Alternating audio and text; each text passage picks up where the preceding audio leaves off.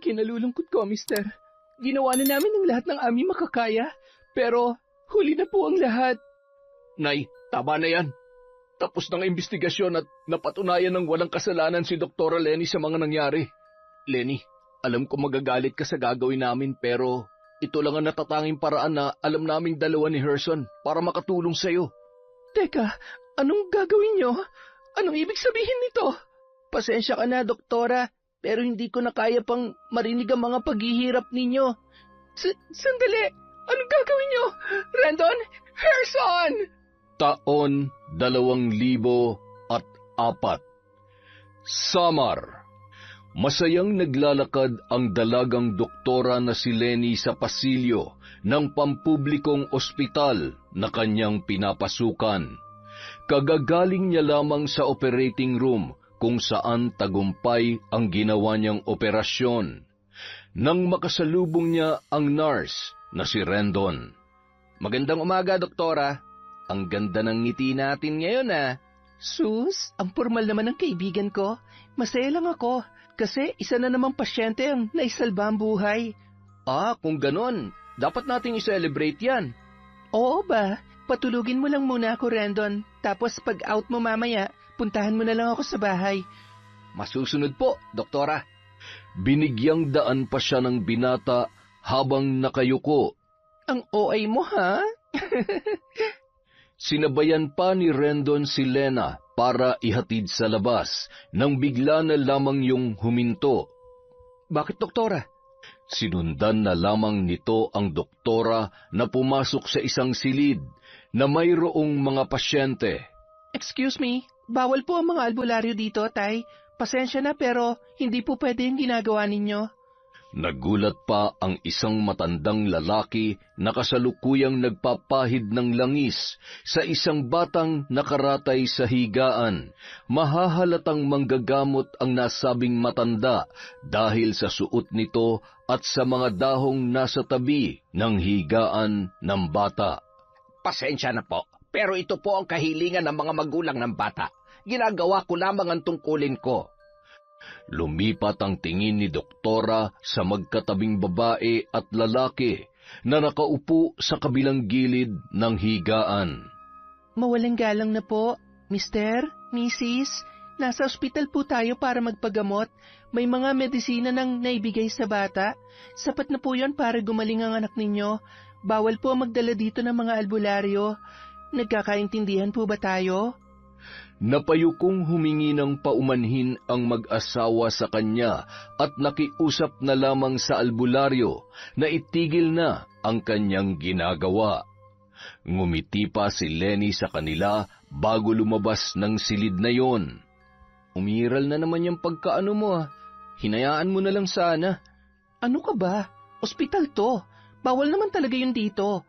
Huwag mong sabihin pag ikaw nakakita ng ganon, hahayaan mo lang. Siyempre, magkakaiba naman kasi tayo ng paniniwala, saka hindi naman sila nakakaperwisyo. May mga natutulungan din naman ang mga albularyo. May mga kaalaman sila na kung minsan ay hindi natin alam.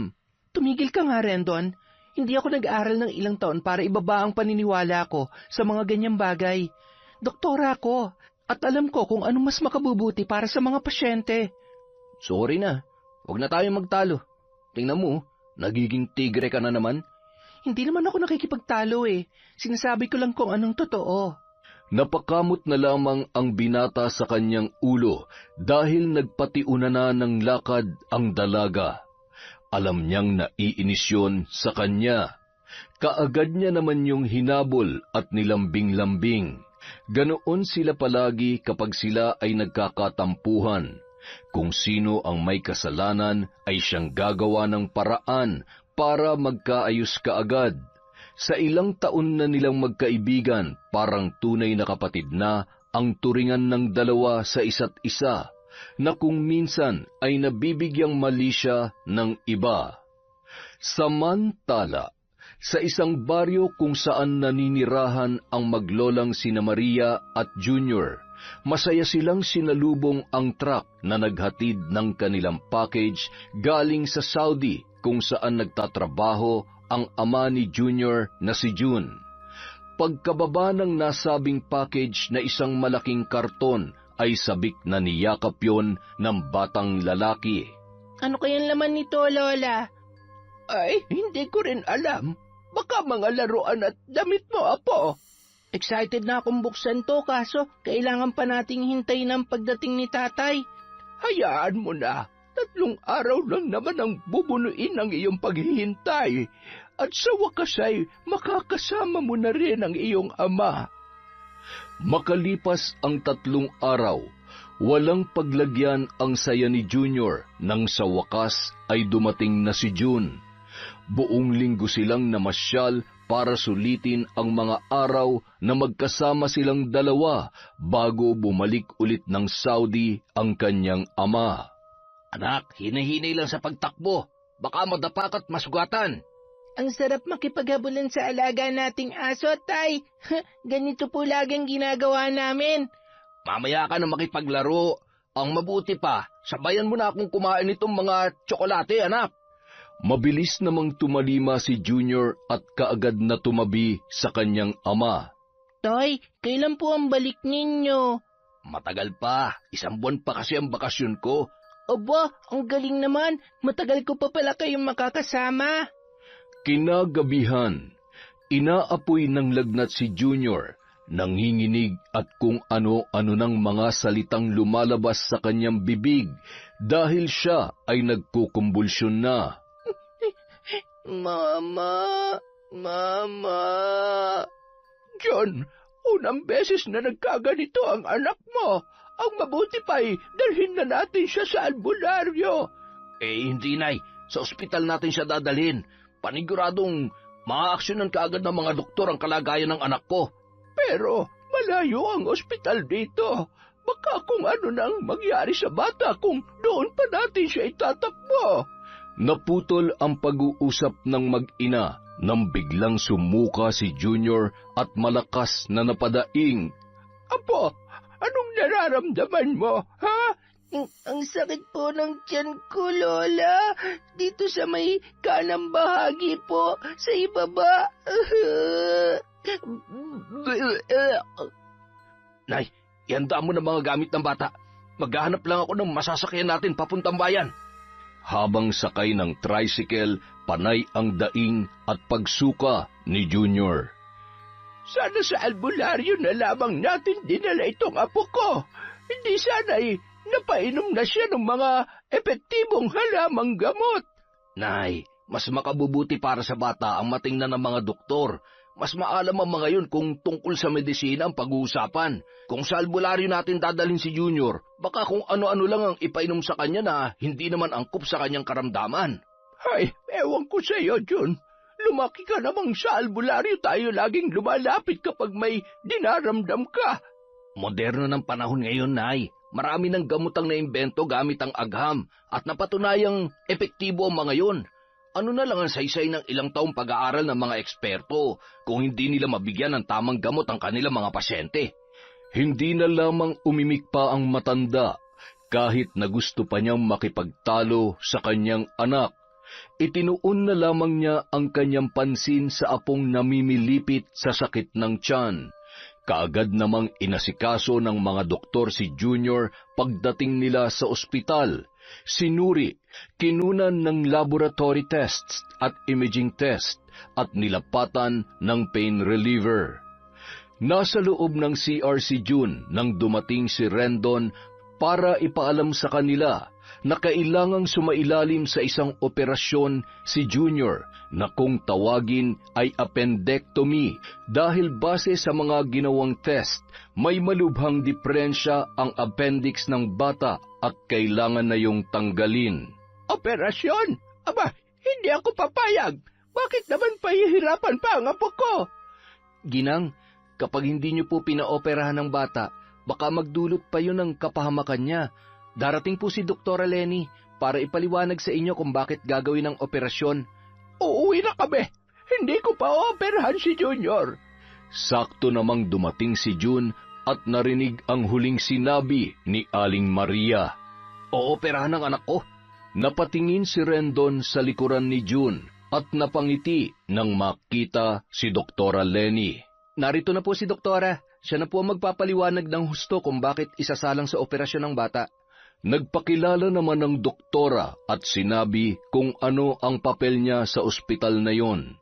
May appendicitis po ang anak ninyo. Namamaga ang kanyang appendix kaya kailangan namin yung putulin para hindi na kumalat pa ang impeksyon sa loob ng katawan niya sa pamamagitan po ng appendectomy. Marami pang ipinaliwanag si Doktora Lenny sa kanila at kung ano ang maaaring mangyari sa bata, oras na hindi yun sumailalim sa operasyon at kung ano ang mangyayari kapag siya ay naoperahan. Paano po kung hindi kami pumayag na operahan ang anak ko? Mister, buhay po ng anak ninyo nakasalalay dito. Maaari magdulot ng kapahamakan sa kanya ang pagtanggi ninyo. Pero kung buo ng pasya ninyo, may pipirmahan lang po kayong waiver. Ang waiver na yon ay magpapatunay na naipaliwanag sa inyo ng maayos ang mga panganib at benepisyo ng operasyon at na kayo ay kusang tumanggi sa operasyon sa kabila ng mga panganib. Natigilan ang lalaki sa sinabi ng doktora. Hindi naman pera ang pinuproblema niya, kundi ang gagawing proseso. Dahil minsan na siyang nabiktima ng operasyon. Noong nanganak ang kanyang asawa kay Junior, nasesaryan ang babae at yun na rin ang naging sanhi ng kamatayan noon. Sabi ko naman sa iyo, Jun, wala na akong tiwala sa mga doktor. Buti pa sa albularyo na tayo nagtungo. Napatirik na lamang ang mga mata ni Doktora Lenny nang marinig niya ang sinabi ng matanda. Hindi niya nagustuhan ang tinuran noon. Hihintayin po namin ang pagpapasya ninyo, mister. Kung naguguluhan pa kayo sa ngayon, maaari pa kayo mag-isip muna ng mabuti. Sana'y huwag niyo nang patagalin pa, dahil oras ang kalaban natin dito. At tumalikod na si Lenny kasama si Rendon. Naguguluhan naman si June. Hindi niya alam kung ano ang kanyang gagawin. Ilang oras din siya nag-isip bago nabuo ang kanyang desisyon. Akmang pupunta na siya sa nurse station nang biglang sumigaw si Lola Maria. John, tingnan mo ang tiyan ni Junior. Namumula at namamaga. Mabilis na tumakbo ang lalaki papunta sa mga nurse para ipaalam ang nangyayari sa kanyang anak. Naroon din si Doktora Lenny at sinabi sa kanya na kailangang maoperahan na kaagad ang bata dahil namimiligro na ang buhay nito. Mabilis namang pumayag ang lalaki. Nang dadalhin na sa operating room si Junior ay galit na kinumpronta si June ng kanyang ina. June, ano ka ba? Bakit mo hinayaang maoperahan ang anak mo? Nakalimutan mo na bang operasyon din ang dahilan ng pagkawala ng iyong asawa? Gusto mo bang maulit yun? Nay, nandito na tayo sa ospital. Kung hindi agad mauoperahan si Junior, baka mapahamak pa siya. Sa tingin mo, hindi siya mapapahamak sa ginawa mong pagpayag?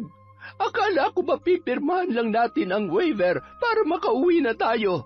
Bakit biglang nag-iba ang takbo ng isip mo? Saktong napadaan si Rendon sa kanila, kaya narinig nito ang usapan ng mag-ina. Gagawin po ni Doktor ang lahat na makakaya niya para maisalba ang pasyente. Magtiwala lamang po kayo at sabayan niyo na rin po ng pagdarasal. Sa mga oras na ito, tanging ang Panginoong Diyos lang ang makakapitan natin. Matagal na akong walang tiwala sa inyong Panginoon.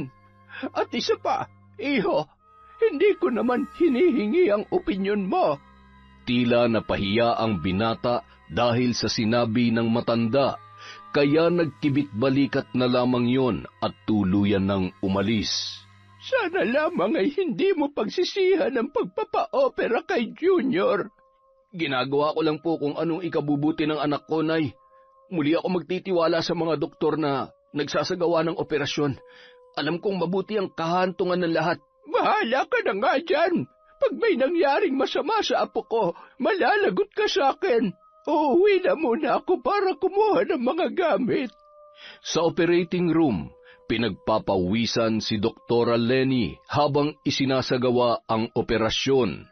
Tahimik ang paligid at ang tanging maririnig lamang ay ang tunog ng mga monitor na nakapalibot sa kanila at ang mga tunog na nililikha ng mga kagamitan na pang-opera. Walang imik ang kanyang mga kasamahan na parabang nalulukuban sila ng matinding tensyon. Makalipas ang 1 oras, napatingin na lamang si Dr. Lenny sa isang monitor dahil ang linyang lumabas doon ay unti-unti nang nagiging tuwid. Nakaramdam sila ng matinding tensyon nang ginagawa niya ang isang cardiopulmonary resuscitation sa pamamagitan ng makailang ulit na pagdiin ng kanyang mga kamay sa dibdib ng bata. Ilang sandali pa, naging aktibo bigla ang vital signs ni Junior. Nagkatinginan ang mga kasamahan ng doktora at halos mapapalakpak dahil sa tila isang himala ang muling panunumbalik ang pagtibok ng puso ng bata. Ilang minuto pa ang ginugol ng doktora bago niya nagawa ang isang matagumpay na operasyon. Tensyonado at nababalot ng pag-aalala ang kalooban ni June habang parut-paritong palakad-lakad sa harapan ng operating room. Nagbuga siya ng hangin nang mapansin ang pagbukas ng pintuan at naging maagap nang iniluwa roon ang maaliwalas na muka ni Doktora Lenny. Doktora, kumusta ang anak ko? Sa ngayon ay inaasikaso pa siya sa loob. Bakit po, Dok? Ayos lang po ba siya? Nasa maayos ng kondisyon ng bata. Maya-maya ay ililipat na siya sa kwarto niya. Maraming salamat po, Doktora. Bago magpaalam ang doktora ay nagbigay muna siya ng sapat na kaalaman tungkol sa mga komplikasyon na maaaring makuha ng bata kung hindi ito maaalagaan at masusubaybayang mabuti matapos ang isinagawang operasyon. Nag-iwan din siya ng mga tagubilin tungkol sa pagpapakain kay Junior ng may pag-iingat, kung ano ang mga pwede nitong kainin at kung kailan ang tamang oras para kainin ng bata upang maiwasan ang mga komplikasyon. Tumango naman si June na nagpapahiwatig na naiintindihan niya ang mga yon. Sa loob ng kwarto, pinagmamasdan ni June ang kanyang anak na mahimbing na natutulog. Salamat naman at tagumpay ang operasyon mo, anak. Makakahinga na ako ng maluwag. Tinapik-tapik niya pa ang ulo nito bago ginawaran ng halik. Magtatakip silim na nang bumalik si Aling Maria. Kumusta na ang apo ko? Maayos naman po ang isinagawang operasyon, Nay. Sige, kumain ka na. Ako na muna magbabantay sa kanya. Sige po, lalabas na po muna ako sandali. Babalik din po ako kaagad. Bago lumabas ang lalaki, ay ipinaliwanag ng mabuti ni June sa ina ang mga inihabilin ng doktora tungkol sa pagpapakain at pagpapainom sa bata sa tamang oras. Ilang minuto lang ang nakakaraan matapos lumabas ni June ay nagising naman si Junior. Lola, nagugutom po ako. Sakto namang dumating si Rendon para magbigay ng gamot sa bata. Huwag po muna nating biglayin ang tiyan ni Junior. Dahan-dahan lang muna ang pagbibigay natin sa kanya ng tubig. Pwede po kayong maglagay ng kaunting tubig sa bulak at ipapahid natin sa labi niya. Maghihintay pa kasi tayo ng ilang oras bago siya pakainin. Hindi rin po siya pwedeng kumain ng matitigas na pagkain tulad ng karne. Mas maiging lugaw po muna.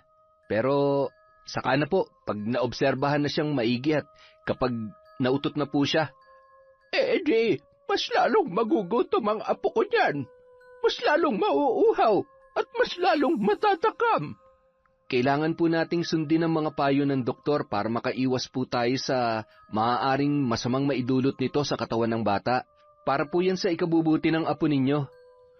Paismid na tumalikod si Aling Maria habang sinusuri ni Rendon ang kalagayan ng bata. Pinaintindi rin nito kay Junior ang kahalagahan sa pagsunod sa kanyang mga tagubilin. Paglabas ni Rendon ay muling bumaling ang bata sa kanyang lola. Lola, nagugutom po ako. Pakainin niyo po ako. Kahit panis na kanin, okay lang. Basta pakainin niyo lang po ako, Lola. Bakit ka naman kakain ng panis na kanin, apo ko? Mamamatay na po ako sa gutom, Lola. Kumakalam na po ang sikmura ko. Maawa na po kayo sa akin. Ay, sige, pero huwag mong sasabihin sa iba, ha? Sikreto lamang natin ito. Opo, Lola. Pangako po yan. Nagmadaling nagsandok ng kanin si Aling Maria mula sa mga dala niyang lalagyan. Heto, may fried chicken. Niluto ko talaga yan para sa'yo. Alam ko kasing yan ang paborito mo. Yehey! Salamat po, Lola. Sige na, kumain ka na. Baka sumilip na naman dito yung pakialamerong nurse at pigilan ka pa niyang kumain kahit na nanghihina ka na sa gutom. Sarap namang nilantakan ni Junior ang mga ibinigay sa kanya ng kanyang lola. Pinainom pa siya nito ng 2 basong soft drinks. Ilang sandali pa nakaramdam ng pananakit ng tiyan ang bata. Halos mamilipit ito sa sakit. Nagsimula na rin siyang magsuka at bumibilis na rin ang kanyang paghinga. Mabilis na iniligpit ni Aling Maria ang mga pinagkainan ng bata. Sakto namang pumasok ang kanyang anak na si June. Nay, ano nangyayari kay Junior? Hindi ko alam. Bigla na lang kasi siyang nagkaganyan habang kumakain ako. Natataranta namang pinuntahan ni June ang mga nurse para ipagbigay alam doon ang nangyayari. Samantala, magkasamang lumabas ng gate ng ospital sina Nurse Rendon at Doktora Lenny. Pauwi na sila at pinag-uusapan ang mga naganap sa buong maghapon sa kani-kanilang mga trabaho. Alam mo, yung lola ng batang inoperahan mo kanina, sinabi niyang wala daw siyang tiwala sa mga doktor. Mukhang matigas din ang ulo dahil parang binabaliwala lang niya mga sinasabi ko sa kanya. Oo, pansin ko nga. Mas naniniwala kasi siya sa mga albularyo. May mga tao talagang ganyan. Yung hinahamak nila mga kakayahan natin, na tayo naman talaga ang may maayos na kaalaman. Sana lang ay sundin nila lahat ng payo mo, Lenny. Nandun naman yung tatay ng bata. Mukhang malawak naman ang pangunawa nun, kaya tiyak na hindi niya ipapahamak ang kanyang anak. Huwag na nga natin pag-usapan yan. Ang mabuti pa, kumain na lang tayo sa labas para mabawasan naman ang pagod natin. Masaya silang kumakain sa isang restaurant nang biglang tumunog ang cellphone ng dalaga. Napabuntong hininga na lamang ang doktora nang marinig mula sa kabilang linya ang nangyari kay Junior. Kaagad naman siyang nagpaalam sa binata na babalik sa ospital dahil mukhang kakailanganin na namang operahan ang kanyang pasyente. Napapailing na lamang na tinapos ni Rendon ang kanyang kinakain dahil hindi na pumayag pa ang dalaga na siya ang maghahatid dito pabalik ng ospital. Nagmamadaling tumungo roon ang doktora. Nasa bungad pa lang siya ng operating room, nasipat niya na ang masamang tingin ni Aling Maria. Doktora, nakikiusap po ako. Gawin niyo po ang lahat ng paraan para maisalba ang anak ko. Opo, ipagdasal niyo po ang inyong anak. Ang tagal naman ng babaeng yon. Mananagot talaga siya kapag may masamang nangyari kay Junior. Nahagip pa ng pandinig ng doktora ang sinabi ni Aling Maria. Tiningnan niya na lamang ito ng masama bago niya isinara ang pintuan. Kaagad na hinarap ng doktora ang nakaratay na bata. Handa na ang lahat ng kanyang mga kailangan kaya sinimulan niya na kaagad ang pag-oopera. Hanggang sa napailing-iling na lamang si Doktora Lenny dahil sa hindi na nila nailigtas pa ang buhay ng bata. Malungkot na lumabas ang doktora mula sa operating room. Kababakasan naman ng matinding pag-aalala ang mukha ni June. Kumusta po ang anak ko, doktora? Ikinalulungkot ko, mister. Ginawa namin ang lahat ng aming makakaya. Pero huli na po ang lahat. Anong ibig niyo sabihin? Ipinaliwanag ni Doktora Lenny sa kanya ang nangyari. Nagkaroon ng isang seryosong kondisyon na nangyayari kapag ang katawan ay nagkakaroon ng sobrang reaksyon sa isang impeksyon. Dahil sa mahina ang immune system ng bata, hindi na nito nakayanan ang pananalasa ng mga bakterya at virus sa loob ng kanyang katawan, na naging sanhi upang humantong siya sa kamatayan. Hindi totoo yan. Buhay pa ang anak ko. Ikinalulungkot ko po, sir. Dahil sa hindi na matagalan ni Doktora ang senaryo at tila pinipiga ang puso niya sa nakikitang mapait na ekspresyon sa mukha ni June, nagmadali na siyang iwan yon matapos na tinapik ang balikat ng lalaki. Masakit para sa kanya na makita ang paghihinagpis ng kaanak ng kanyang mga pasyente, dahil alam niya kung gaano kahirap at kasakit ang mawalan ng mahal sa buhay.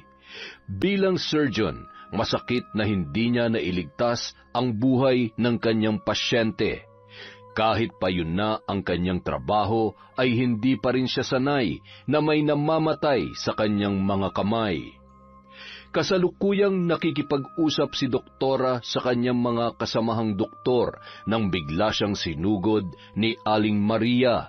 Nagsisigaw ang ginang at nanlilisik ang mga mata na siya ay binubulyawan. Kasalanan mo tong lahat, babae! Kung hindi mo lang sana inoperahan ang apo ko, buhay pa sana siya ngayon! Wala kang kwenta! Ang kapal na mukha mong hayop ka! Maghunos dili po kayo. Bilang doktor, masakit din po sa akin na nangyari sa apo ninyo. Hindi ko po ginustong pagkawala niya. Pero sariling katawan na po ng apo ninyo ang bumigay dahil sa malala ng impeksyon nasa loob ng katawan niya. Hindi kita mapapatawad. Tandaan mo ito, babae. Ipapakulong kita at sisiguruhin kong mabubulok ka sa bilangguan. Mamamatay tao! Nagulat pa ang doktora nang dinuraan nito ang kanyang muka bago mabilis na lumisan. Doktora Lenny, ayos ka lang ba? Eto, may panyo ako. Mabilis namang kinuha ng doktora ang panyong iniabot sa kanya ng kasamahang doktor at maluhaluhang pinahid yon sa kanyang muka. Unang beses niyang nakatanggap ng ganoong pagtrato mula sa kaanak ng kanyang mga naging pasyente. Hindi niya inaasahan na ganoon ang gagawin ng matanda sa kanya. Salamat. Oo, ayos lang ako. Ang bastos naman ang alin na yon. Sinisi pa sa yung pagkamatay ng apo niya Sila naman talaga may kasalanan dahil sa kapabayaan nila. Hayaan mo na, Dok. Hindi niya pa kasi matanggap kung ano nangyari sa apo niya. Kahit nanginginig sa inis, ay pilit na pinakalma ng doktora ang kanyang sarili. Ilang ulit siyang nagbugalang hap ng hangin para hindi tumulo ang mga namumuong luha sa kanyang mga mata. Samantala, sa lamay ni Junior, malungkot at nananamlay na inistima ni June ang mga bisita sa lamay ng kanyang anak. Pare, ikinalulungkot ko ang nangyari kay Junior. Ang bata-bata niya pa para lisanin ang mundong ito. Oo nga pare, ipinagpapalagay ko na lang na masaya na ang anak ko kasama ng nanay niya sa langit. Kahit napakahirap tanggapin.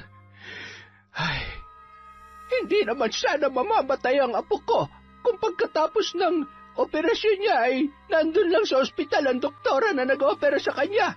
Kaso umalis daw kaya ilang minuto pang hinintay namin. Kung nandun lang sana siya, di sana'y naagapan pa ang buhay ni Junior. Malinaw na pinabayaan niya ang apo ko. Kasalanan niya lahat ng ito. Ano na po ang plano niyo ngayon? Siyempre, maghahain kami ng demanda laban sa doktora na yon. Kailangan niyang panagutan ang ginawa niya sa aking apo. Nay naman, bakit pa palagi niyo na lang isinisisi sa iba mga problemang dumarating sa atin? May dahilan ng Diyos kaya nangyayari ang lahat. Nangyari ang lahat ng yon dahil sa kapabayaan ng mga doktor. Simula pa nung sa asawa mo. Kasalanan nila mga doktor kung bakit hindi na mabubuo ang pamilya mo.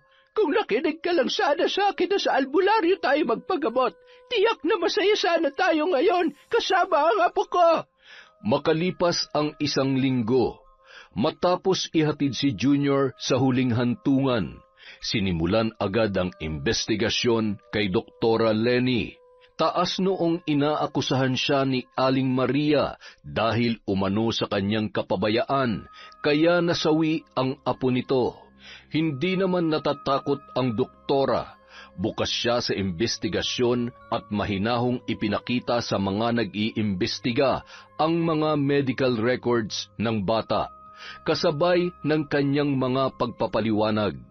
Kampanteng-kampante naman si Aling Maria na makukulong ang doktora. Nang dumating na ang araw ng huling imbestigasyon, makahulugang ngumisi ang matanda sa harapan ng doktora. Ramdam niya ang tagumpay na malalagay sa loob ng kulungan ang dalaga. Subalit nang ipahayag na ang hatol, na isuntok na lamang ng matanda ang kanyang kamao sa kinauupuan niya sapagkat lumalabas na walang kasalanan ang naturang doktor. Dahil ginawa naman nito ang lahat ng kanyang makakaya para isalba ang buhay ni Junior. Sinadyang harangin ng matanda ang naglalakad na doktora at mariin na nagwika. Kung nakawala ka sa batas ng tao, pues sa batas ng isang mambabarang ay magbabayad ka. Itatak mo yan sa kukote mo, babae. Napakunot na lamang ng noo si Lenny. Pakiwari niya ay tila nababaliw na ang ginang dahil sa mga katagang lumalabas sa bibig nito. Nilagpasan na lamang niya yon, ngunit mariin siyang hinablot ni Aling Maria sa kanyang braso. Huwag kang bastos! Kinakausap pa kita. Di ba profesional ka? Pero bakit wala kang modo? Alam ko na. Binayaran mo ang nasa likod ng investigasyon para pumanig sa'yo, hindi ba? Alam nyo, iritang-irita na ako sa lahat ng pinagsasasabi nyo sa akin. Kaya lang mas matanda kayo sa akin eh. Nandun pa rin naman ang respeto ko kahit na mali-mali ang mga impormasyong pinapakalat ninyo. Mali! Mali bang sabihin ko sa kanila na isa kang pabayang doktor? Na totoo naman talaga. Samantala, iginala ni June ang kanyang paningin dahil hinahanap niya si Aling Maria na bigla na lamang nawala sa kanyang tabi. At nang matanaw niya itong nakikipag-usap kay doktora, ay alam na niyang sinusugod na naman ng kanyang nanay ang dalaga. Kaya kaagad niyang nilapitan ang dalawa. Nay, tama na yan. Tapos ng investigasyon at napatunayan ng walang kasalanan si doktora sa mga nangyari. Siyempre, binayaran niya mga yon para luminis naman ang pangalan niya. Pabaya siya. Pinabayaan niya mamatay si Junior. Pabaya ba ka mo? Sige, tutal sinimulan nyo na rin naman. Sasabihin ko na sa inyo ang totoo kung bakit namatay ang apo nyo. Kita mo na, John. Mas lumala ang impeksyon sa katawan ng bata dahil hindi nyo sinunod ang mga bilin ko tungkol sa tamang pagpapainom at pagpapakain sa kanya. Hindi po ba? Anong ibig mong sabihin, doktora? Paulit-ulit kong sinabi na bawal pang pakainin ng bata dahil hindi pa sumasapit ang tamang oras. Pero anong ginawa nyo? Binigyan nyo siya ng pagkain na hindi angkop para sa kanya. Dahil sa mga pagkain na yon, mas nahirapan ang katawan ng bata na labanan ng impeksyon na sumisira sa kanyang ibang organs. Anong pagkain? Hindi naman po kami nagbigay ng pagkain sa kanya. Dahil alam ko po ang mga komplikasyon maaari makuha ng kanyang katawan. Mabuti pa tanungin niyo ang nanay niyo, mister. Malinaw naman po ang aming mga nakita sa mga isinagawang tests. Napalingon si June kay Aling Maria na noon ay tila ipinako na sa kanyang kinatatayuan. Taas noon namang naglakad palayo si Lenny mula sa kanilang kinaroroonan. Nay, sabihin niyo sa akin kung ano talaga ang nangyari. Ano bang pinagsasasabi mong ano nangyari? Huwag mong sabihin naniniwala ka sa babaeng yon. Tama na, Nay. Huwag niyo nang bilugin ang ulo ko. Gusto kong malaman ang totoo. Pinakain niyo ba si Junior nung iniwan ko kayo? Oo na. Kung ikaw ang nasa katayuan ko nung gabing yon, tiyak na makakaramdam ka ng habag sa batang nagmamakaawang humingi ng pagkain. Sinadya ko talaga magluto ng paborito niyang fried chicken, tapos hindi pa pala siya pakakainin ng ilang oras. Ano, hahayaan ko na lang ang apo ko mamatay sa gutom? Diyos ko naman, Nay. Makailang ulit kong sinabi na dahan-dahan lang ang pagpapakain sa bata kasi umiiwas tayo sa mga komplikasyon. Bawal pa siyang pakainin noon. Mahina pa ang katawan niya. Sa ginawa niyo, kayo naghatid sa anak ko sa kamatayan. Matapos sabihin yon, ay mabilis nang tinalikuran ni June ang kanyang ina. Galit at hindi niya maipaliwanag ang emosyon na lumulukob sa kanya. June, hintayin mo ako! Ano ka ba? Saan ka pupunta? Hoy! Dahil sa magkahalong tampo at galit ng lalaki sa kanyang nanay, kaagad siyang nag-empake para lumuwas ng Maynila para asikasuhin ang kanyang pagbabalik sa abroad. Hindi na siya nagpaalam pa dito. Pagka-uwi naman ni Aling Maria, para siyang binuhusan ng malamig na tubig nang hindi na niya nadatnan si June at tila gumuho rin ang kanyang mundo nang mapagtantun na wawala na rin ang mga personal na gamit nito. Kaya naman, mas lalong sumiklab ang galit ng matanda kay Doktora Lenny. Nang dahil sa doktora na yon, nagbago ang takbo ng buhay ko. Naging masalimuot. Iniwan na nga ako ng apo ko. Ngayon ay pati na rin ang anak ko. Magbabayad ka, doktora. Pagdudusahan mo ang lahat ng ito. Isang araw, sa loob ng ospital, magiliw na nakikipagkwentuhan si Doktora Lenny sa kaibigan niyang si Rendon. Nang mapansin ng lalaki ang isang matandang babae na bahagyang nakatalukbong ng balabal at papalapit sa kanila. Lenny, huwag kang lilingon ha. Bakit? Basta, may matanda kasing naglalakad papunta dito. Baka mahalata niyang pinag-uusapan natin siya, kaya huwag ka munang lilingon. Sira ka talaga. Pati ba naman matanda dinadawit mo sa mga kalokohan mo, ha, Rendon? Mukha kasi siyang nakakatakot. Mahaba ang mangga sa kanyang suot na mahabang bestidang itim. Balot na balot din ng itim na medyas ang kanyang paa at nakatalukbong pa ng balabal. Mukhang kubado na dala ng kanyang katandaan. Nakatalukbong pala eh. Paano mo nilamang matanda? Siyempre, kulubot na ang balat sa kamay eh. Shh! Nasa tapat na natin siya. Parang wala lang sa dalawa ang presensya ng naturang matanda. Hindi sila tumingin doon na animoy hindi nila yon napapansin. Subalit ang kanilang mga mata ay sumisenyas sa isa't isa. Mawalang galang na. Maaari ba akong magtanong sa inyo? At mabilis nilang hinarap ang naturang matanda. Ano po yun, Lola? Habang nagsasalita si Rendon, pilit naman niyang sinisilip ang mukha noon. Mas matangkad kasi sila kumpara sa Ale. Kilala niyo po ba si Doktora Lenny? Ako ho yun. Bakit po? Ikaw pala. Mag-iingat ka, Ineng. Mag-iingat ka. Mas makabubuting lumapit ka sa isang albularyo at humingi ng tulong bilang proteksyon. Gaya ng mga pangontra sa mga itim na mahika. Ho? Hindi ko po kayo maintindihan. Nakikita ko maaaring mangyari sa hinaharap. Sundin mo ang payo ko bago pa mahuli ang lahat. Nay, pasensya na po pero mukhang natatakot na po kasi ang kaibigan ko. Sa mahinang kilos, hinawi ng matandang babae ang nakatalukbong na balabal sa kanyang muka.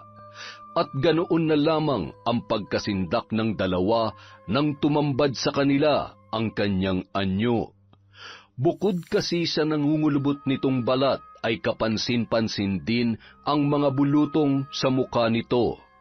Ang isa niyang mata ay nakaluwa na halos umabot na sa butas ng kanyang ilong.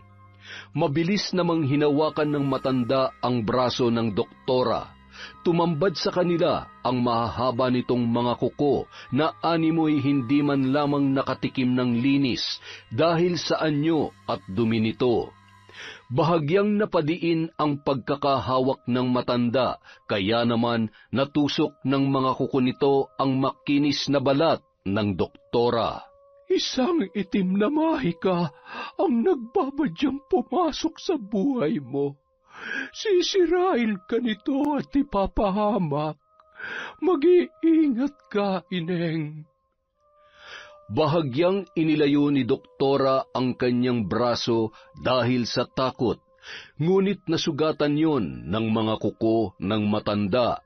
Napadaing si Lenny nang nakaramdam ng kirot dala ng kanyang sugat. Nang makitang dumudugo ang sugat, ay kaagad yung binitawan ng matanda at muling ibinalik ang balabal na nakatabing sa kanyang muka kasabay ng kanyang dahan-dahang paglisan. Binalot ng takot ang buong sistema ni Doktora Lenny habang tinitingnan ang papalayong matanda. Ang weird naman ng matandang yon. Kinilabutan ako sa mga sinabi niya. Huwag mo na lamang pansinin. Alam mo naman ang mga matatanda. Nagiging ulyanin na pagka nagkakaedad at kung ano-ano pang pinagsasasabi. Oo nga pero hindi ko maipaliwanag ang kilabot na gumapang nang dumampi ang balat niya sa akin. Ay, parang may malamig na kung ano ang gumapang sa kalamnan ko. Ay nako Lenny, ang mabuti pa magpahinga ka na. Baka dala lang yan ng pagod at puyat. Ang dami kasing pasyente nitong mga nakaraang araw. Gaya ng payo ng kanyang kaibigan, umuwi ang doktora at nagpahinga sa loob ng kanyang apartment. Nag-iisa lang siyang nakatira doon. Matagal nang namayapa ang kanyang mga magulang. Malayo din siya sa kanyang mga kamag-anak na nasa Cebu. Ang tanging tinuturing niyang kapamilya ay walang iba kundi si Rendon. Maalinsangan ang pakiramdam niya, kaya naman hinayaan niya lamang na nakabukas ang bintana na nasa tabi ng kanyang kama. Kahit papaano ay nakalanghap siya ng sariwang hangin. Nakahiga na siya habang nagmumuni-muni na may biglang kung anong kumalabog sa labas. Kaagad din naman siyang bumalikwas ng bangon para silipin kung ano o sino ang may kagagawan ng ingay. Sa pagdungaw niya sa bintana, isang pusang itim ang kanyang nakita.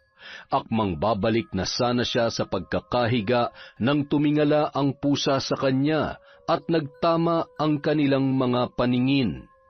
Hindi maipaliwanag ng doktora ang matinding pagkabog ng kanyang dibdib nang masilayan ang anyo ng pusang yun. Nakaluwa ang isang mata nito na umaabot hanggang ilong at ang mga butlig sa mukha niya ay parang minsan na niyang nakita. Hindi nga lang niya matandaan kung kailan o kung saan. Napakurap na lamang ang doktora nang mapansing titig na titig yun sa kanya.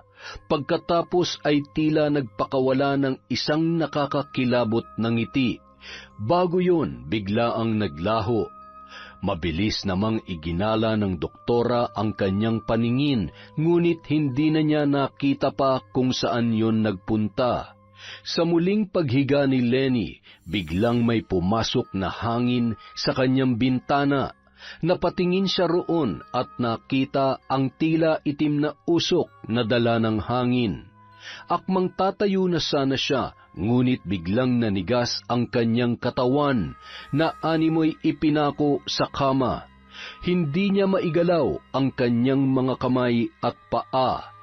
Dahan-dahan namang naglandas ang itim na usok papalapit sa kanya.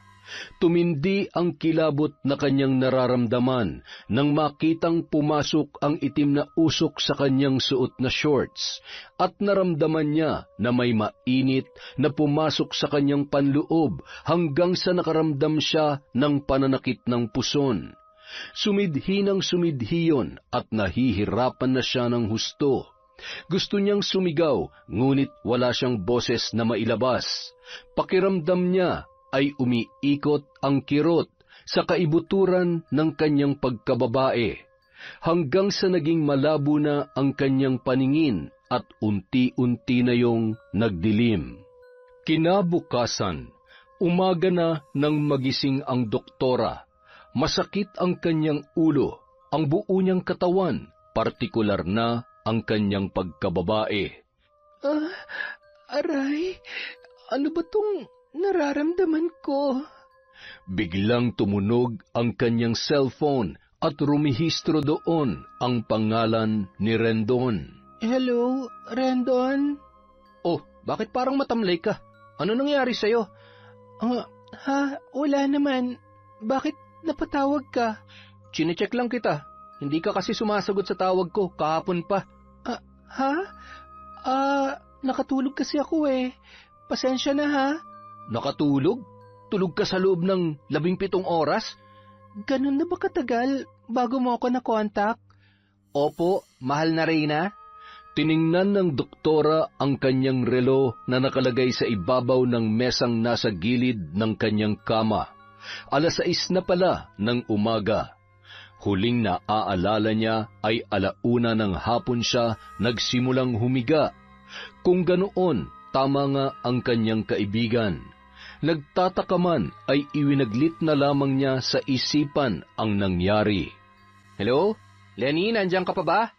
Hello? Oo, naririnig kita. Sigurado ka ba talagang okay ka lang? Gusto mo puntahan kita dyan? Wag na. Ayos lang ako. Makalipas ang 3 buwan, marami na ang nakakapansin sa pagbabago ng katawan ng doktora. Ang iba ay pinagchichismisan na siya dahil sa mukha na siyang buntis sa kanilang paningin. Doc Lenny, nananaba ka yata ngayon na? Hindi ko mapigilang kumain, Doc eh. Oh, nandito ka pala. Kanina pa kita hinahanap pa. Nandito na yung manggang pinabili mo, mahal na prinsesa. 1 kilo yan. Ay, salamat naman. Tumutulo na ang laway ko ngayon pa lang eh. Thank you. Teka muna, ilang buwan na ba yung dinadala mo, Doc Lenny? Ha? Anong dinadala? Huwag ka nang mahiya, alam na ng lahat na buntis ka. Ha? Ako? Buntis? Congratulations, Doc. Binabati ko kayong dalawa ni Nurse Rendon. Ninong ako, ha? O sige, mauna na ako, marami pa kasing pasyente naghihintay sa akin.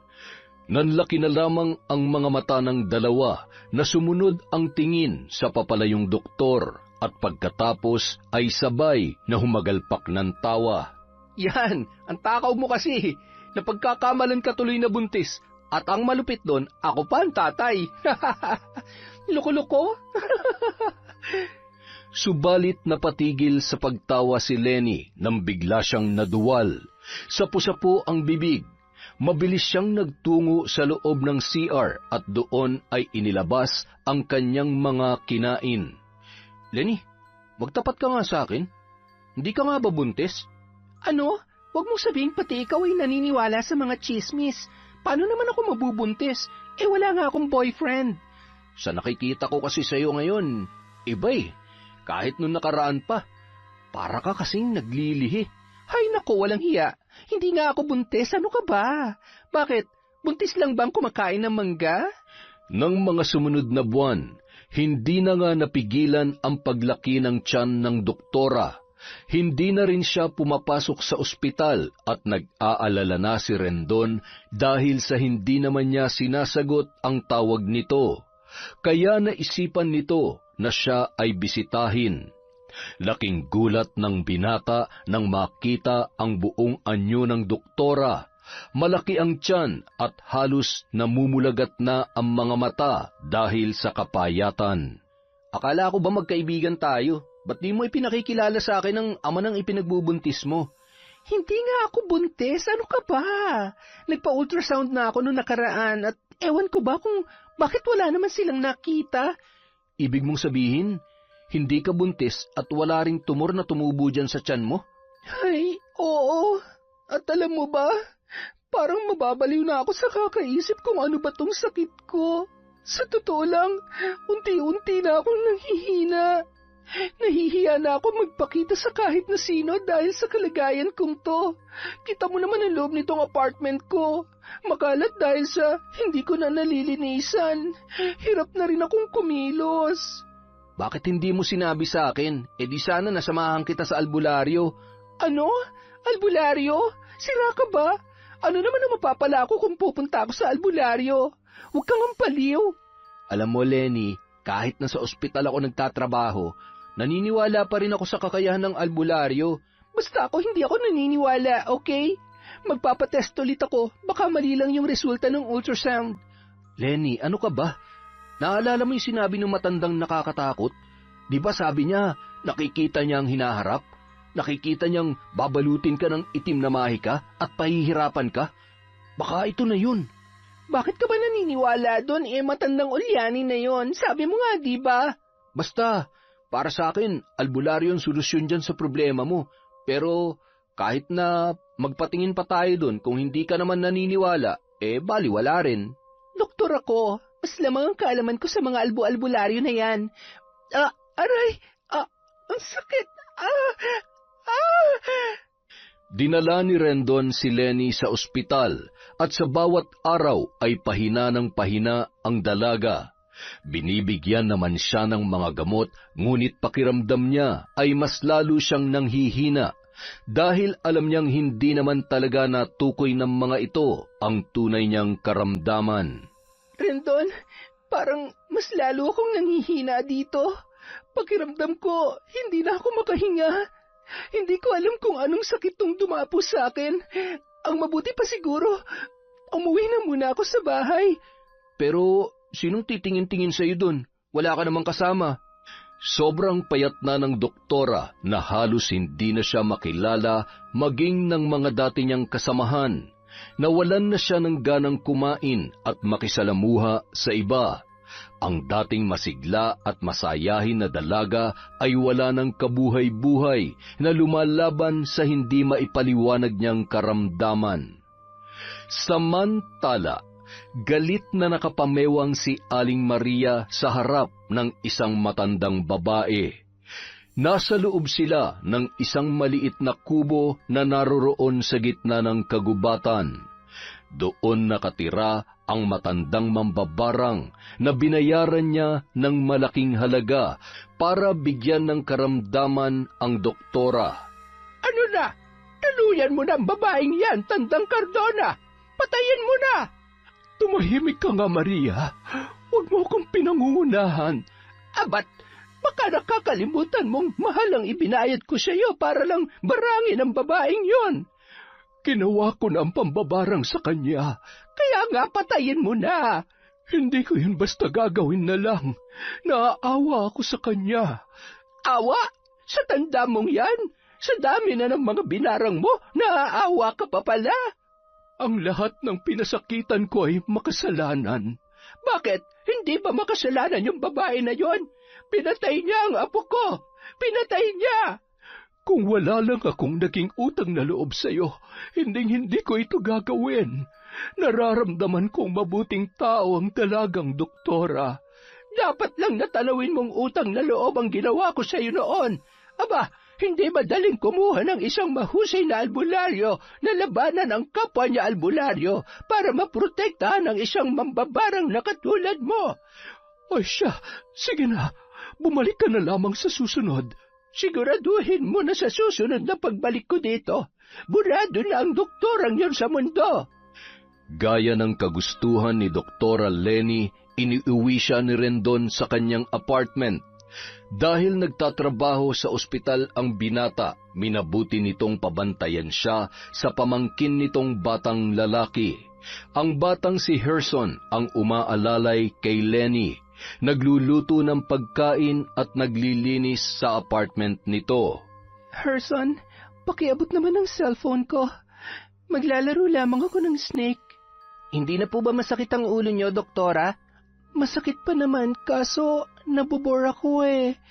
Ayaw niyo po bang manood ng TV? Hindi na. Maiingayan lamang ako. Heto na po ang cellphone niyo. Tatapusin ko lang ang pagwawalis sa labas. Sige. Napabuntong hininga na lamang ang dalaga, sabay ng kanyang pagtanaw sa labas ng bintana. Nabigla siya nang makita ang isang pusang itim na naroroon. Teka, parang nangyari na to sa panaginip ko ah. Noon ay nakakatakot na pagngisi ang ginawa ng pusa, ngunit ngayon tila matamlay ang pusang nakatanaw sa kanya. Yumuko pa yon bago umalis. Doon na biglang sumagi sa isip ng doktora ang mga naganap noong panahong yon. Teka, sa pagkakaalala ko, gising ako noon eh. Tama, hindi nga yung panaginip. Baka... Ay, Diyos ko, noon nga nagsimula ang lahat. Ang itim na usok! Ang itim na usok na pumasok sa akin! 7 buwan na simula nang naganap ang nakakakilabot na pangyayaring yon, at wala siyang ibang makitang sanhi bukod sa naturang itim na usok, kaya lumobo ang kanyang tiyan. Maagap na dinampot muli ng doktora ang kanyang cellphone at mabilis na nagdial ng numero. Hello, Rendon? Alam ko na kung bakit ako nagkasakit ng ganito. Tulungan mo ako. Naputol ang pagsasalita ng doktora nang biglang sumidhi ang pananakit ng kanyang tiyan. Humiyaw siya, nagpagulong-gulong sa higaan, dumaraing at sobrang nahihirapan. Sa labas ng kanyang silid, nakikinig lamang si Herson, umiiyak dahil sa nararamdamang habag sa doktora. Halos araw-araw niyang nasasaksihan ang mga paghihirap nito na tumatagal ng ilang oras bago muling nakakaramdam ng ginhawa. Tuwing 1:00 ng hapon pag ito ay sinasalakay ng pamimilipit sa sakit. Nung araw na yon, isang desisyon ang nabuong pagpapasya sa murang kaisipan ng bata. 3:00 na ng hapon nang tumigil ang pananakit ng tiyan ni Doktora Lenny. Matinding pawis ang bumaha sa buo niyang katawan. Ang kanyang mga luha ay walang tigil sa pag-agos dulot ng kanyang paghihirap.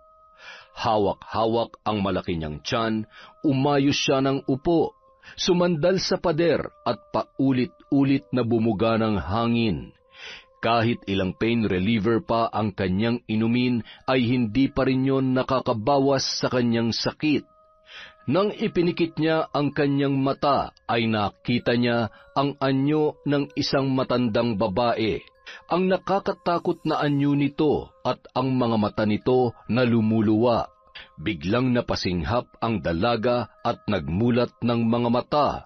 Kumabog ng malakas ang kanyang dibdib at ramdam niya ang pagtaas ng kanyang mga balahibo. Ilang sandali pa, bumukas ang pintuan ng kanyang silid at nasilayan niya si Herson, kasama si Rendon na may hawak na lubid. Lenny, alam ko magagalit ka sa gagawin namin pero ito lang ang natatanging paraan na alam naming dalawa ni Herson para makatulong sa'yo. Teka, anong gagawin niyo? Anong ibig sabihin nito? Pasensya ka na, doktora, pero hindi ko na kaya pang marinig ang mga paghihirap mo. Sandali! Anong gagawin niyo sa akin? Rendon! Herson! Sana mapatawad mo kami. Dahan-dahang naglakad si Rendon papalapit sa kanya, dala-dala ang lubid na ibinubuhol nito. Nanginginig namang sumiksik sa sulok ang doktora para protektahan ang kanyang sarili. Ang ginawang pabilog na pagbuhol sa lubid ni Rendon ay ipinatong niya sa kama. Diyan ka lang ha, huwag kang gagalaw. Ano ba kasing ginagawa mo? Doktora Lenny, magandang araw. Sino ka? Anong gagawin niyo sa akin? Naparito ako dahil humingi ng tulong sa akin si Herson. Dito na rin kami nagpang-abot nitong si Rendon. Huwag ka mag-alala. Gagawin ko ang lahat para makawala ka sa itim na mahikang lumulukob sa iyong katawan. Albularyo po siya, doktora. Kaibigan ko po siya. Kaibigan po namin ni Tito Rendon. Alam kong magagalit ka pero ito lang ang natatanging paraan na alam ko na makakasagot sa pinagdadaanan mo, Lenny. Hindi ako galit. Kaya nga ako tumawag sa iyo kanina para sabihin pumapayag na akong magpatingin sa albularyo. Isinalaysay sa kanila ng doktora ang mga naganap. Noong nakita niya ang itim na usok, wala siya ni isang detalyeng kinaligtaan. Pagbukas pa lamang ng pintuan, nakaramdam na ako ng malakas na enerhiya mula sa sumpa ng mambabarang. Binabarang ka, doktora. Barang? Maraming paraan ng pambabarang. Maski ako ay marunong noon, subalit mas pinili ko na lamang na maging manggagamot. Ginagawa ang pambabarang para pasakitan ang mga biktima nito sa pamamagitan ng mga bagay na kahit ang siyensya ay hindi makakapagpaliwanag. Tanging mga albularyo lamang ang nakakaunawa sa mga ganitong pangyayari, at kami mga manggagamot lang ang siyang nakapagbibigay lunas doon. Ano po ang dapat kong gawin? Manalig ka lamang. Ang iyong paniniwalang gagaling ka ang siyang makapagbibigay ng malaking tulong sa akin upang magapi ko ang kasamaang nananahan sa loob ng iyong katawan. Dati hindi ako naniniwala sa kakayahan ng mga albularyo dahil mas may kaalaman ako kaysa sa inyo. Subalit bukas po ang aking kalooban na maniwala sa inyo ngayon. Naniniwala po ako sa kakayahan yung mapapagaling ako. Hinawakan ng albularyo ang kanyang malaking tiyan, paulit-ulit na nag-usal ng dasal, at sa bandang pusod niya ay idiniin nito ang kanyang hintuturo. Napadaing ang doktora dahil sa kakaibang sakit na sumargo sa kanya. Si Rendon naman ay naupo sa gitna ng ginawa nitong bilog gamit ang isang lubid. Biglang nangisay si Rendon at nawalan ng malay nang magsimulang tawagin ng albularyo ang mambabarang. Mula sa bibig ni Rendon, lumabas ang tinig ng isang matandang babae. Mambabarang, makipag-usap ka sa amin. Anong dahilan mo sa pagpapahirap sa dalagang ito? Napagutusan lamang ako. Wala akong personal na galit sa kanya. Sino ang nag-utos sa'yo? Hindi ko pwedeng sabihin. Kung ganon, tiyak na magkakaproblema tayo. Patayin mo na lamang ako. Hindi ko na mababawi ang sumpa ng barang kay Dr. Lenny. Patayin? Hindi ko magagawa yon kung hindi ka lumalaban. Bawiin mo na lamang ang sumpa at tiyak na magkakasundo tayo. Huli na ang lahat para bawiin ko pa. Gawin mo na lamang ang nararapat na parusa para sa akin. Tutal, gusto ko nang mawala sa mundong ito, kung saan kinasusuklaman ako ng mga tao dahil sa aking itsura. Ano ang pangalan mo? Sino ka ba? Ako si Tandang Cardona, ang matandang naninirahan sa loob ng masukal na gubat. Ang matandang isinumpa ng isang veteranong albularyo na magkakaroon ng maraming bulutong sa muka at ang mga matay na kaluwa. Aba, ay buhay ka pa pala, Tandang Cardona. Oo, buhay na buhay pa at naghihirap pa rin dala ng sumpang ipinataw sa akin. Ano ang dahilan? Bakit ipinabarang si Lenny? Galit sa kanya ang aking kliyente. Namumuhi ng husto. Matagal ko nang binalaan si Dr. Lenny na humingi ng proteksyon, subalit hindi niya yun ginawa. Ayaw ko naman biguin ang aking kliyente dahil malaki ang utang na loob ko sa kanya. Pasensya na, Doktora, kung nakinig ka lamang sana, hindi ka tatablan ng aking barang. Naalala na kita. Sabihin niyo, kayo ba yung pusang nagpakita sa akin? Yun ang aking alaga. Siya ang nagbabalita sa akin kung ano na nangyayari sa'yo. Kung talagang wala kang galit sa doktora, sabihin mo sa akin kung sino nagpabarang sa kanya. Ang nagpabarang sa kanya ay walang iba kundi si... Samantala, galit na tinalunton ni Aling Maria ang kahabaan ng kakahuyan para puntahan si Tandang Cardona. Kailangan mapilit niya yon na patayin na ang doktora para makapaghiganti na siya at makuha ang hustisyang hinihintay para sa kanyang apo. Nasa bungad na siya ng pintuan nang mapansin niyang may kausap ang matanda. Napakunot naman ang kanyang noo sa pagtataka dahil sa wala namang ibang taong kumakausap dito maliban sa kanya. Bukod sa natatakot ang mga tao sa matanda, pinandidirihan din ang itsura nito. Naisip niyang sumilip muna bago tuluyang pumasok sa loob. Nasipat niyang nakaharap ang matanda sa mga nakatirik na kandila, kaharap ang larawan ni Dr. Lenny na ibinigay niya rito nung araw na nagpabarang siya. Gusto niyang kaagad na patayin ang doktora, subalit sinabi ng matanda na kailangang pahirapan muna yon para makaranas ng sobrang sakit na sinang-ayunan naman ni Aling Maria. Nakinig siya sa mga sinabi nito.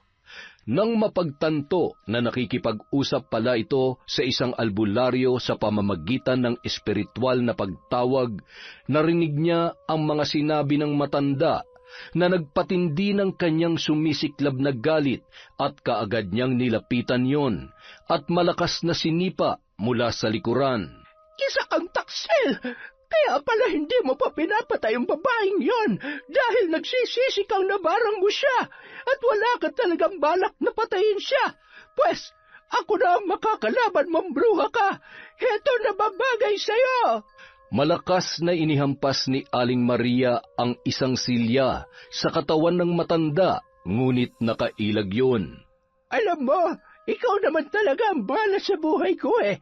Simula nang makilala kita, nagkanda leche-leche na ang buhay ko. Malas ka! Nagsisisi rin akong nakilala kita, Maria. Alam kong kaya mo lang naman ako tinulungan noon dahil alam mong mapapakinabangan mo ko. Ilan na ba ang ipinabarang mo? Tinulungan kita dahil alam kong nagkasala sila.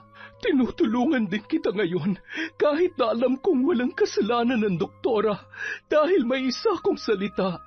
Pero sa ginawa mong ito, kalilimutan kong may utang na loob ako sa iyo. Abat, ginagalit mo talaga ako, ha? Akmang susunggaban na sana ni Aling Maria si Tandang Cardona para sakalin nang bigla siyang nangisay at napatda nang biglang may lumabas na mga bangaw mula sa kanyang bibig at sa kanyang magkabilang tainga. Anong ginagawa mo, Cardona? Ibinabalik ko lamang sa iyo ang kawalang hiyaan mo, Maria. Itigil mo ito! Itigil mo! Samantala, bigla na lamang natumba si Rendon matapos na maputol ang pakikipag-usap ng albularyo sa mambabarang. Diyos ko, Rendon, ayos lang po ba siya? Oo, maayos naman siya. Reaksyon lang yan ng matapos na makipag-usap tayo sa mambabarang. Bakit kaya naputol ang pakikipag-usap niya sa atin? Malakas ang pakiramdam kong may nakialam sa kanya. Ang mabuti pa'y simulan na natin ang panggagamot sa iyo, Doktora. Gaya nga ng sinabi ni Tandang Cardona, hindi niya na mababawi pa ang barang. Nararamdaman ko namang sinsero ang kanyang pahayag. Doktora, tatanggapin mo ba ang aking panggagamot? Sa lahat ng mga nasaksihan ko ngayon, wala na po akong dahilan para hindi ko po kayo paniwalaan. Opo, handa po ako magpagamot sa inyo. Tumango-tango na lamang ang albularyo na nagpapahiwatig ng kanyang pagsang-ayon. Humingi ang albularyo ng baso kay Herson. Kaagad namang tumalima ang bata at nagmadaling nagtungo sa kusina. Sa pagbabalik nito ay may dala na itong baso. Iniabot niya yon sa matandang albularyo. Naglabas din ang albularyo ng isang maliit na garapa na may lamang buhay na tubig. Ipinatak niya yon ng 7 beses sa pusod ng doktora at ang basong hawak ay nilagyan niya rin ng buhay na tubig. Makailang ulit na dinasalan at ipinainom sa dalaga. Gagawin ulit natin ang panggagamot sa araw ng Martes at Biyernes.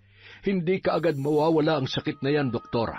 Subalit hindi ka nagaanong mahihirapan oras na sumidhing muli ang kirot. Ano nangyari? Nalaman na ba kung sinong mambabarang? Opo, Tito, pero napag-utusan lang daw siya. Kaso hindi na niya nasabi kung sino kasi naputol na yung pag-uusap nila ni Manong Albularyo. Ganun ba? Naku, sayang naman. Ano na mangyayari kay Lenny, Manong? Gagamutin ko siya. Tiwala naman akong mailalabas ko ang anumang nasa loob ng tiyan ng doktora. Sa pag-alis ng albularyo, nahulog sa malalim na pag-iisip si Lenny. Ayos ka lang ba, Lenny? Anong nararamdaman mo ngayon? Medyo magaan na, kaso nanghihina pa rin ako. Doktora, magiging maayos din ang kalagayan nyo. Gagaling din po kayo. Huwag po kayo mawalan ng pag-asa. Oo, Herson. Salamat nga pala, ha. Masakit din po kasi sa akin na makitang naghihirap kayo. Naalala ko kasi ang lola ko. Ganyan na ganyan din ang paghiyaw niya nung nagkasakit siya. Binarang din po siya, doktora. At si Manong Albularyo din ang tumulong sa kanya. Ngayon ay magaling na po yung lola ko. Samantala, Nanggagalaiti naman si Aling Maria dahil sa hindi niya maigalaw ang kanyang buong katawan habang nakatayo sa harapan ni Tandang Cardona. Cardona, pakawalan mo akong bruha ka! Nagkamali ka ng kinalaban, Maria. Kung noon, napapasunod mo ako sa gusto mo, ngayon ay kailangang ako na ang sundin mo. Tandang Cardona naman! Baka pwede pa natin tong pag-usapan. Ano bang gusto mo? Makakawalan lang kita dyan kung ipinapangako mong hihingi ka ng tawad kay Doktora Lenny at aakuin mo ang iyong kasalanan na ikaw ang nagpabarang sa kanya. Sige, ipinapangako ko. Makakaalis na ba ako? Tinitigan siya ni Tandang Cardona na nooy nag-aayos ng mga kandila. Bumulong-bulong ang matanda bago siya muling nakakilos. Patakbong nilisan ni Aling Maria ang kubo nito. Narinig niya pa ang pagsigaw ng matanda. Maria, ang pangako mo'y dapat mong tuparin. Kung hindi, parusa'y sasapitin. Malayo na si Aling Maria nang kausapin ang kanyang sarili. Ano ako, baliw? Magbabayad ka, matanda ka. Makikita mo, pagbabayaran mo ang ginawa mong ito sa akin at pagsisisihan mong tinrider mo ako. Makalipas ang 1 linggo, nakaramdam si Doktora Lenny ng paninikip ng dibdib. Sumidhi rin ang pagsakit ng kanyang tiyan na ilang araw na ring hindi niya nararamdaman. Herson, pakitawagan mo nga si Manong Albularyo. Papuntahin mo siya rito. Baka ito na ang kanyang sinasabi. Pakibilisan naman, Opo, Doktora. Ilang minuto lamang ang lumipas ay dumating na ang albularyo. Anong nararamdaman mo, Doktora? Mainit po ang tiyan ko, tapos parang tila may lalabas sa ano ko. Sige lang, umiri ka lang. Hayaan mong lumabas kung ano man yan. Ang sakit na nararamdaman ng dalaga ay parang sakit na nararamdaman ng isang babaeng manganganak. Walang paglagyan ang sakit na parang nababali ang kanyang mga buto-buto. Makailang ulit siyang humiyaw bago may lumabas sa kanyang pagkababae. Nang suriin niyo ng albularyo na sipat nitong isang nabubulok na karne ng kung anong hayop ang inilabas ng doktora. Hindi lamang yun isa, dahil sunod-sunod na nagsilabasan na ang mga karning animoy nabubulok na. Anong nararamdaman mo ngayon, Doktora? Hindi kaagad nakasagot si Lenny dahil pinapakiramdaman niya pa ang kanyang sarili.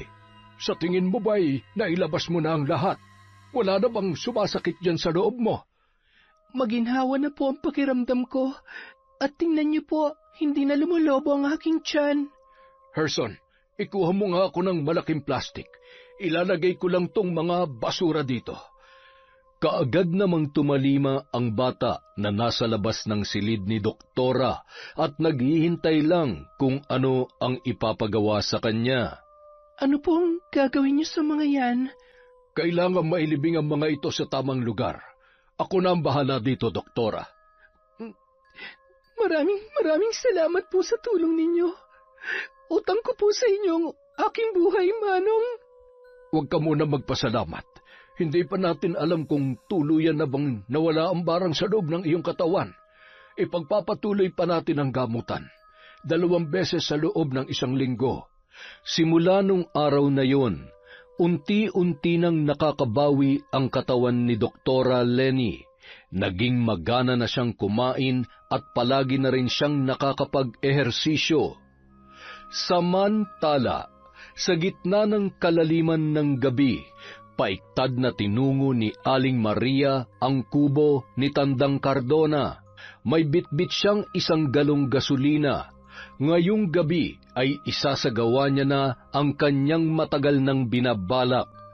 Maingat siya sa kanyang bawat pagkilos. Kailangan masiguro na hindi siya makakagawa ng anumang ingay para siya ay magtagumpay. Ibinuhos niya ang gasolina sa paligid ng kubo.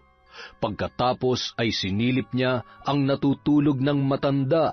Nagpakawala pa siya ng nakakalokong pagngisi bago tuluyang sinindihan ang bahaging nilagyan ng gasolina. Sumiklab ang apoy at humalakhak si Aling Maria habang pinapanood ang pagkatupok ng kubo. Nang makontento na, ay masaya siyang nilisan ang lugar na yon. Isa kang hangal, Tandang Cardona. Magdusa ka sa impyerno, animal ka! Isang araw, aksidenteng nagkita sina Aling Maria at Doktora Lenny sa sakayan ng jeep. Buhay ka pa pala, Doktora. Sa kapal ba naman ng mukha mo, pati barang ay hindi na yata tumalab sa'yo. Paano niyo nalaman na binarang ako? Huwag niyong sabihin, kayo ang may pakana noon. Ako man o hindi, wala ka na doon. Isa lang ang nasisiguro ko. May araw ka rin sa'kin dahil pinatay mo ang apo ko.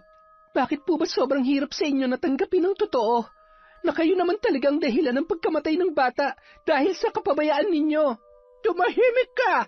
Ganyan po ba talagang ugali ninyo? Lahat na lang na masamang nangyayari sa buhay nyo ay sa iba nyo sinisisi dahil mahirap para sa inyo na tanggaping nagkasala din naman kayo? Baka gusto mong barangin ulit kita. Kung makapagbanta kayo, sana kayo na mismo yung nambabarang para hindi na kayo nakakapirwisyo ng ibang tao. Akala ko ba'y hihingi ka ng tawad kay Doktora pag nagkita kayong dalawa, Maria? Sa nakikita ko, mukhang nagbabanta ka pa. Nanlaki ang mga mata ni Aling Maria nang makita si Tandang Cardona na biglang lumapit sa kanilang dalawa ng doktora. Nakasuot pa rin ang matanda ng mahabang bestidang itim at bahagyang nakatalukbong ng balabal. Bakit buhay ka pa? Para ka atang nakakita ng bangkay na muling nabuhay, Maria. Hindi ito maaari. Pinatay na kita! Sinunog na kita! Biglang nag-iba ang paligid ni Aling Maria. Natagpuan niya ang sarili sa loob ng gubat. Nanlalaki ang mga mata niya na iginala ang kanyang paningin. Nasaan ako? Hindi ito pwedeng mangyari! Hindi siya magkamayaw sa pagtakbo nang biglang nasalubong si Tandang Cardona. Saan ka pupunta? Panaginip lamang ito. Anumang oras ay magigising din ako. Hindi ka nananaginip, Maria. Totoo itong lahat. Ang lahat ng iyong mga nakikita. Pinatay na kita. Kung hindi ito panaginip, paano nakabalik ka pa? Nakalimutan mo na bang nagtatangan ako ng lihim na karunungan? Hindi mo ako basta-basta mapapatay, Maria. Kung tuso ka, mas lalo akong tuso kesa sayo. Muling bumalik ang paligid ni Aling Maria sa sakayan ng jeep. Nakatayo pa rin doon si Lenny at nakatingin sa kanya. Napahawak siya sa kanyang ulo na tila mababaliw na sa pabigla-biglang pagbabago ng kanyang kapaligiran. Biglang nagiging masukal na gubat at makalipas ang ilang segundo ay babalik na naman ulit sa sakayan ng jeep. Nang sulyapan niya si Doktora Lenny, mabilis naman itong nag-anyong pusang itim na masamang nakatitig sa kanya. Dahil sa pagkalito, naguguluhan siyang napaatras, ngunit parang napapaso naman ang kanyang likuran. Nang lingunin niya kung ano ang mayroon doon, nakita niya ang naglalagablab na apoy. Malawak yon na parabang kakainin siya anumang oras. Napaupo na lamang ang matanda habang nagsisisigaw ng pagmamakaawa. Tama na! Tama na, Cardona! Naririnig niya ang halakhak ni Tandang Cardona at pakiramdam niya ay kumakalikot yon sa kaibuturan ng kanyang pandinig. Napapikit na lamang siya habang panay ang takip sa magkabila niyang tainga. Walang kaalam-alam si Aling Maria na pinaglalaruan lamang ni Tandang Cardona ang kanyang imahinasyon. Wala naman talagang sunog na naganap sa kanyang kubo dahil bago pa nagpunta si Aling Maria doon, ay nalaman na niya ang balak nito sa pamamagitan ng kanyang alagang pusa. At ang tunay na kaganapan nung araw na yon ay sasakayan naman talaga ng jeep naroroon si Aling Maria, ngunit wala doon ang doktora. Lahat ng mga nakakita sa kanya nung araw na yon ay nagsasabing isa siyang baliw, sapagkat kung ano-ano na ang mga katagang lumalabas sa kanyang bibig. Biglang nagagalit tapos nanginginig na naman sa takot na tila mayroong kausap gayong mag-isa lamang siya. Hindi niya alam na siya na pala ang pinapatawan ni Tandang Cardona ng sumpang barang at magpapatuloy ang kanyang kabaliwan hanggang siya ay nabubuhay. Makalipas ang 1 buwan, ganap nang nakabawi si Doktora Lenny sa kanyang mga naranasan. Masigla na siyang muli na nag-aasikaso ng kanyang mga pasyente. Kahit laman pa rin siya ng usap-usapan sa loob ng ospital, ay binabaliwala niya na lamang yun. Hindi pa rin sila makamove on sa pagbubuntis mo kuno, Lenny. Hayaan mo na sila. Wala naman akong dapat ipaliwanag sa kanila. Sabagay, oo nga naman. Teka, hanggang ngayon hindi pa rin natin nakikilala kung sinong nambarang sa iyo. Hindi na importante yon. Ang mahalaga na wala nang barang sa akin. Salamat ha. Utang ko sa inyo ang buhay ko. Kung hindi nyo dinala ni Herson ang albularyo sa bahay, siguro kinakain na ako ngayon ng mga uod sa ilalim ng lupa. Ang mabuti ka mo, hindi mo pinanindigan ang paniniwala mo. Salamat talaga dahil naisipan ni Herson na magpatulong kay Manong Albularyo. Pangako, aalagaan ko na tong pangalawang buhay ko. Nagulat na lamang ang dalawa nang biglang may nagkagulo sa kabilang kanto. Maraming tao ang patakbong nagpunta doon at nakikiosyoso. Isang lalaki naman ang kanilang tinanong kung ano ba ang nangyayari at bakit nagkakagulo doon. May baliw kasing matandang babae na nasagasaan. Kanina pa kasi yun nag-aamok dun. Nagsisisigaw na bakit daw nabuhay pa pinatay niya naman na raw. Buhay pa ba yung matandang babae? Malabo na mabuhay yun. Wasak na wasak ang ulo Nagmamadali namang umalis ang lalaki matapos nasagutin ang tanong ng doktora. Nako, kawawa naman. Matindi sigurong pinagdadaanan ng matandang babae, no? Kaya nabaliw. Siguro nga. Kaya ikaw, kumain ka ng mabuti para maiwasan mong pagkasira ng ulo. Isang araw, habang naglalakad sa pasilyo ng ospital si Doktora Lenny, nasipat niya ang nakabukas na pinto para sa mga pasyenteng nasa ward. Nakita niyang pumasok doon ang isang lalaki na sa suot pa lang ay alam na niyang isang albularyo. Sinundan niya yon. Natataranta namang sumisenyas ang isang matabang babae sa lalaki na sa hinula ng doktora ay asawa nito. Alam niyang natatakot ang mga yon na baka sila ay mapagsabihan. Ngumiti siya sa mag-asawa at tumango naman sa albularyo. Sige lang po, pero wag po kayong magpapahuli sa ibang mga doktor ha, tsak kasing mapapagsabihan kayo. Tumingin ang mag-asawa sa kanya na parabang hindi makapaniwala. Naniniwala din po kasi ako sa kakayahang magpagaling ng mga albularyo. May nagagawa silang hindi kayang gawin namin mga doktor. May mga sakit na hindi namin maipaliwanag, ngunit kayang-kaya nilang lunasan.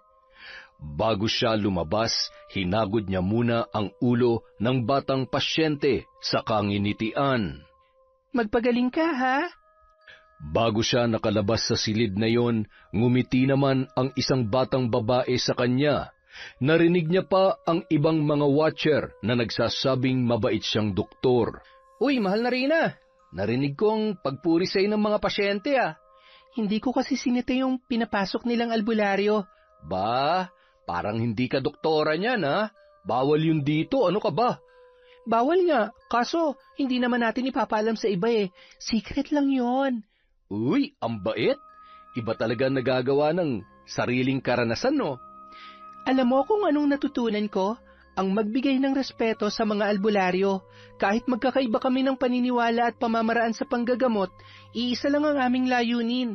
Yun ay ang makatulong sa kapwa. At tanggap ko na rin may mga karamdaman na sila lamang ang nakakaalam na lunasan. Ang lahat ng bagay ay nangangailangan ng nararapat na pangunawa. Sadyang may mga pangyayaring hindi na ipapaliwanag ng modernong panahon, kaya't magpasahanggang ngayon ay may mga naniniwala pa rin at napapagaling ng mga albularyo. Yon! Ang ganda na naman ng kwento natin. May utang po tayong shout out, kaya humanda kayo. Simulan natin kay Jeneline Mix Vlog. Hi kay Shirley Wakayamashe from Japan. Hello po kay Janet De Castro, kay Ayeth Esteban, kay Noemi Garcia Pabunan from Hong Kong. Shout out kay Marites Nalika, kay Jonah Masirag, kay June Galedo. Happy birthday po. Hi po sa Galedo family. Hello kay MBG Vlog. Hi po sa mga taga AFP Accounting Center from Ginaline Sibayan. Hi kay Ador Cerezo, kay Virginia Belay, kay Josie Aniban. Hello po kay Corazon Villanueva from Philippines. Hi kay Edna Lau from Calibo, Aklan. Hi kay Mary Grace Grefaldia at Roberto at Christine. Hello din po kay Cherry Mukbanger ASMR, kay Jing Estrada from Daman, Saudi Arabia. Hello kay Edna Lintupas, kay Mariam Duka, kay Rosette Ersando. Hi kay Gray Utsukushi, sa mga mambabarang at aswang ng Cavite na sila Loretta Bobes, Ryan Alba at Riza Kahayag. Hello kay Cat Burger na tuloy, kay Cat Burglar Cutie. Hi kay Lady Dam, kay Christine Guevara from Baby Zane Blog, kay James Zalsos, kay Malaya De Mayo from Batad, Iloilo, kay Glenda Galido from Malaysia. Hello po kay Rose Ann Rama from UAE. Hello kay Filipina Palsayo, kay Ellen Keano, kay Michelle Cedron, kay Alfreda Alano. Shout out kay Genevieve Virtusio, kay Amalia Ayuban. Hello po kay Bea 5 Pink, kay Catalea Soto, kay Sunny Prudente from Singapore, kay Bengski from Dubai. Hi kay Maylene Ilagan, kay Raquel of Mexico from Romel, Pangilinan. Hello po kay Angelita Supieza, kay Joven Torres ng Gapan, Nueva Ecija. Hi sa Bronyosa at Camero family of Albay from Shirley Bronyosa. Hello po kay Edgar Ocon. Hi kay I Love Resort Pinay, kay Monet Rivera from Taytay Rizal. Sa lahat ng taga Bacolod from Lent TV. Hello po kay Vicky Yabut, kay Salve Fajardo, kay Marilu Umbal, kay Cynthia Camacho, kay Merlin Villeza, and kay Madam Tahani from Saudi Arabia. Hi sa Rama family of Iloilo from Rose Ann Rama. Hi kay Mami. Hi kay Lynn Espino from Siargao. Uy, parang masarap dyan ah. Hi kay Jen Mer Garcia from Angeles, Pampanga. Hello kay Lani Gatuteo from Guimaras. Pupunta kami dyan sa July. Hi kay Ella Heda, kay Joel Marasigan. Hello po kay Estela da Silva from Switzerland, kay Sally Roldan, kay Michelle de la Cruz. Shout out kay Nario Matim. Hi kay Hannah Maylin Sesgundo, kay Arielin Notarte, kay Jonathan Tingson na laging present. Hi boss, salamat. Hi kay Monica Nieves, Family Morada from Corazon, Cacaldia. Hello po kay Cristiani Moncada from Bahamas. Wow, napakaganda dyan. Sa kaibigan ni Zairab Sharif na si Mona Karim. Hi kay Jenny Lazarito from Kuwait, kay Yachin Tamasiro, at wala na po. Yung pong hindi natin nabanggit, sa susunod na shoutout, promise po yan, huwag kayong magtatampo. Maraming salamat mula sa Kwentong Enteng.